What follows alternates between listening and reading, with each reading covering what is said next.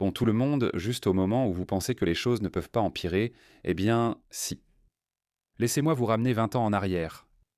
Si on vous avait dit que la sécurité des femmes était menacée, comment la société britannique aurait-elle réagi? Nous connaissons tous la réponse. Il y aurait eu des campagnes, des publicités télévisées et des messages publics, tous axés sur la protection des femmes et des filles. Des phrases comme «tous les hommes sont des porcs» ou «tous les hommes sont des déchets» sont devenues courantes. Et écoutez, j'ai vécu cette époque. Ça ne me dérangeait même pas parce que l'intention était claire, rendre la société plus sûre pour les femmes. Et pour être honnête, ça a marché. Nous avons vu une vraie pression culturelle sur les hommes. Des mouvements comme MeToo ou Non, c'est non. Ils ont modifié le comportement des hommes. La violence a baissé, la société et les hommes sont devenus plus doux. Honnêtement, c'était une bonne chose, je ne m'en plains pas. Mais ensuite, quelque chose a changé. Le même mouvement qui défendait la sécurité des femmes a pris un tournant très étrange. Il s'est donné un choix binaire. Se tenir fermement du côté des femmes ou commencer à trouver des excuses pour des cultures étrangères. Vous savez déjà quelle direction il a prise. Aujourd'hui, on assiste à une augmentation de la violence dans des endroits qui se targuaient autrefois d'être des lieux sûrs pour les femmes. Et les personnes qui s'exprimaient le plus bruyamment sur les droits des femmes sont devenues très silencieuses parce qu'elles ont été mises de côté. Non seulement ils n'en parlent plus, mais ils n'ont même plus de solution. Regardez cet article de journal. Écolières, alerte au viol par des migrants, des écolières terrifiées ont reçu des alarmes de la part de la police, par crainte qu'elles soient suivies par des demandeurs d'asile venant d'un hôtel pour migrants à proximité. Vous savez, ces hôtels pour migrants où ils installent des gens, où ils font venir des personnes de culture du tiers-monde, des jeunes hommes en âge de se battre, pleins de désirs désespérés, seuls, ennuyés. Ils voient ces filles se promener, n'en ayant jamais vu auparavant. Les seules filles qu'ils ont vues portaient en la burqa ou étaient un de leur famille. C'est tout ce qu'ils ont vu. Ils ont traversé des terrains traîtres, la Manche dangereuse. Et maintenant, c'est le moment de récolter les fruits de ce terrible voyage. Alors ils traînent dans les environs et harcèlent les filles. Nous ne nous attendions pas à cela et nos sociétés n'étaient pas préparées. Je ne dis pas qu'il n'y avait pas de pédophiles en Occident. Oui, il pouvait y avoir un pédophile isolé sur un banc, guettant sa victime, mais il reste prudent et craintif, car toute la société lui tomberait dessus au moindre soupçon. Qui osera s'approcher de ces hommes? Ils se regroupent par 5 ou 10. Tout le monde veut éviter ça. Surtout si tu es une écolière de 14 ans, imagine ça. Alors au lieu de les aider, la police s'est dit « Oh, donnons-leur juste des alarmes. Si tu sens que tu es sur le point d'être attaqué, appuie sur ce bouton », a dit la police. Hier soir, 2 adolescentes ont reçu des conseils de sécurité et des alarmes personnelles contre les agressions. Rupert Lowe a évidemment tweeté cela. Si un responsable public a sciemment et délibérément placé des migrants dangereux et non contrôlés du tiers-monde près d'une école, un gouvernement de la Grande-Bretagne restauré les mettrait en prison. Et il faut aussi faire quelque chose à propos de ces juges, les gars. Ces juges. Tu sais, je lisais justement à propos du Noir qui a tué Irena, la réfugiée ukrainienne en Amérique, quand ce type l'a poignardée au hasard et il a dit « J'ai eu la blanche ». Il ne va pas être jugé parce qu'il a passé une évaluation psychiatrique et il n'est pas apte à être jugé. Je vais te lire d'autres infos à ce sujet. Miss Jo a écrit un joli tweet. Elle dit que 91 demandeurs d'asile sont hébergés à l'hôtel Mercury près de Dumfries, en Écosse. C'est Dumfries ou Dumfries comme Dumfries.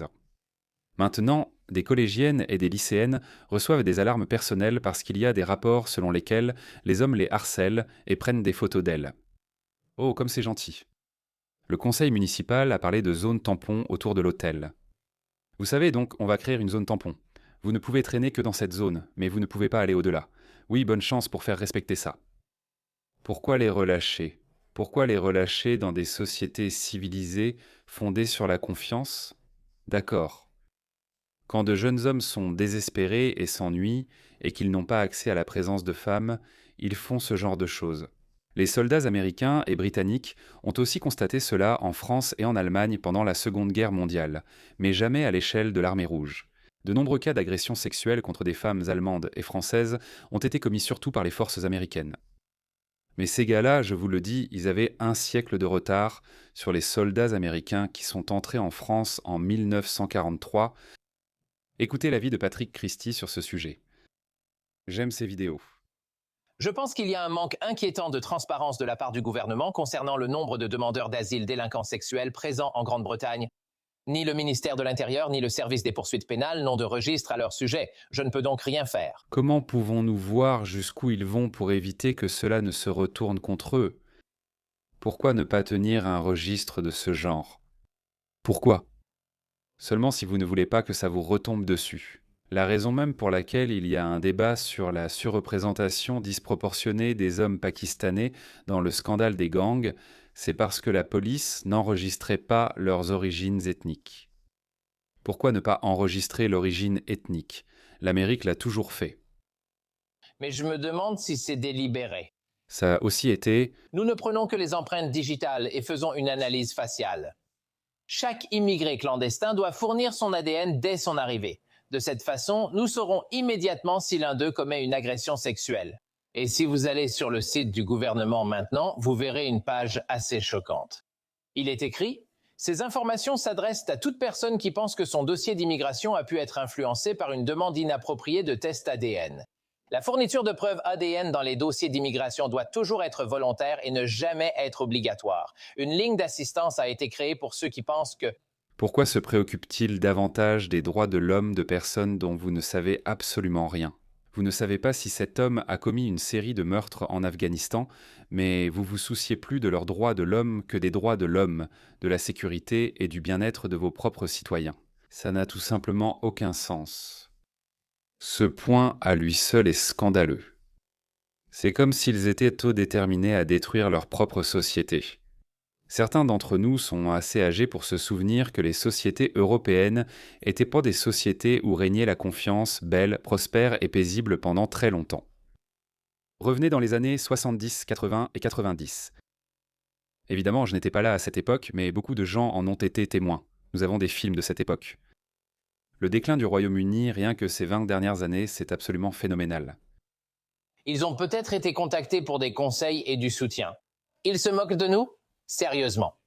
Qu'en est-il du droit des femmes et filles au Royaume-Uni à se sentir en sécurité dans la rue? Et maintenant, nous avons Sir Keir Starmer et Evad Cooper qui déclarent que la police devrait être plus transparente sur la nationalité et le statut d'asile des suspects criminels. Je veux dire, ils ont un culot monstre, non? Voici ce qu'elle a dit sur Radio 4. Nous pensons qu'il devrait y avoir de la transparence. Donc, nous pensons que plus d'informations devraient être fournies. Et je vous ai donné un exemple dans le cas des suspects iraniens où plus d'informations ont été fournies. Le problème que nous devons reconnaître, c'est qu'il y a des moments dans les procédures judiciaires où il y a des questions juridiques, où le service des poursuites de la Couronne dira actuellement que certaines informations ne peuvent pas être fournies, alors que nous pourrions bien penser qu'elles devraient l'être. De toute façon, je ne veux pas vous ennuyer avec ces détails, mais laissez-moi simplement vous donner quelques statistiques, d'accord? Regardez ceci. Taux pour 100 000. En Angleterre et au pays de Galles, en 2020, c'était 36 pour 100 000 d'accord. En 2023, il y a eu une augmentation de 221% et c'est monté à 117. C'est à peu près la même chose partout. Je pense que c'est bien pire en Suède. France 280%. Les seuls pays qui s'en sortent mieux sont ceux qui ne sont pas ouverts aux migrants illégaux. La Lituanie, personne n'y va. Chypre, ça n'a pas bougé. Slovaquie, Pologne, Bulgarie. Je ne comprends pas la présence de la Hongrie, sauf en cas de problème grave avec les hommes hongrois. Plus d'informations sont nécessaires. Regardez. Infraction sexuelle pour 10 000 habitants. L'Afghanistan est en tête. Et puis l'Érythrée, la Namibie, le Tchad, la Moldavie, le Soudan, la Birmanie, le Congo, l'Albanie, l'Angola et le Royaume-Uni tout en bas. Et cela inclut même ces Pakistanais, Indiens et Bangladais, tous ces hommes qui sont nés avec la citoyenneté britannique. Tous les réseaux d'exploitation sexuelle et les autres gangs, tous ils n'atteignent toujours pas l'ampleur de ce que font ces types-là. Regardez la différence d'échelle. Voici le taux de condamnation pour violence pour 10 000 personnes. Congo, 186 hommes congolais sont condamnés pour un certain type de crime violent sur 10 000. 186 sur 10 000. Le Royaume-Uni, tout en bas, n'est qu'à 15. Tu peux croire ça, c'est 11 fois plus que la moyenne du Royaume-Uni. 11 fois plus. 11 fois, ça veut dire 1100%. D'accord? Ça ne veut pas dire 110%, je précise juste. La Somalie, 8 fois plus. L'Afghanistan, 6,4 fois plus. L'Irak, la Gambie, le Maroc, la Namibie, tous ces pays sont au-dessus du niveau de référence du Royaume-Uni. Ça devrait être la référence. Certaines personnes diraient en même que c'est un peu trop élevé parce que cela inclut beaucoup de personnes d'autres cultures qui sont maintenant considérées comme britanniques. Comme si ce n'était pas déjà assez grave qu'ils aient commencé à importer cela. Et ils ne font toujours rien à ce sujet. Je n'arrive pas à comprendre ça. Je ne sais pas comment cela peut être autorisé. Je pense que c'est parce que ces gars-là sont incompétents. Keir Starmer est incompétent. Il représente une idéologie qui est censée accueillir tout le monde qui arrive au Royaume-Uni, légalement ou illégalement, surtout illégalement. Donc ils ne peuvent rien y faire. Ils sont incompétents. Leur idéologie ne le permet pas. Leurs simples députés ne le permettront pas. C'est juste qu'ils n'ont plus d'option. Il faut soit une autorité, une figure autoritaire comme un vrai dictateur, ou il faut un parti politique qui a un mandat politique pour cela. Un peu comme Rupert Lowe. Je ne sais pas, mais je pense que Reform va continuer. À adopter un ton ferme, mais une fois au pouvoir, il pourrait ne pas y parvenir. La seule façon pour Nigel Farage de faire quelque chose, c'est s'il subit beaucoup de pression de la part de partis encore plus à droite comme Restore Britain ou Advance UK, etc. Sinon, plus nous retardons cela, plus le terrain sera fertile pour l'émergence d'un dictateur autoritaire fort. Ne croyez pas être à l'abri ou que cela ne peut vous arriver parce que vous êtes le Royaume-Uni, berceau de la civilisation moderne. Ne pensez pas cela car l'instinct de préservation est très très puissant. Ce n'est pas propre aux humains, c'est selon moi l'instinct le plus fort chez les êtres vivants. Donc lorsque la sécurité, les moyens de subsistance et la vie des gens sont en danger, ou qu'ils sentent qu'ils le sont, je me fiche de votre niveau de sophistication, je me fiche de à quel point vous vous croyez civilisé ou de l'université que vous avez fréquentée. Comme on dit, l'anarchie n'est jamais qu'à 3 repas manqués. Donc, quand les choses deviennent difficiles, nous sommes tous capables de choses vraiment horribles. C'est pourquoi il est important de contrôler notre société. Continuer à respecter l'état de droit, à maintenir un certain ordre. Mais on dirait que tout s'effondre à cause de dirigeants incompétents, des dirigeants dont l'idéologie est pratiquement éteinte à notre époque. Nous nous dirigeons vers une société qui sera moins compatissante, qui sera bien plus cruelle parce que nous n'avons plus le luxe d'une vie confortable. Les filles des gens se font harceler, agresser, des hommes se font poignarder, et il y a un coupable évident. Comment pensez-vous que ça va se passer ? Ce ne sera pas comme vous le pensez.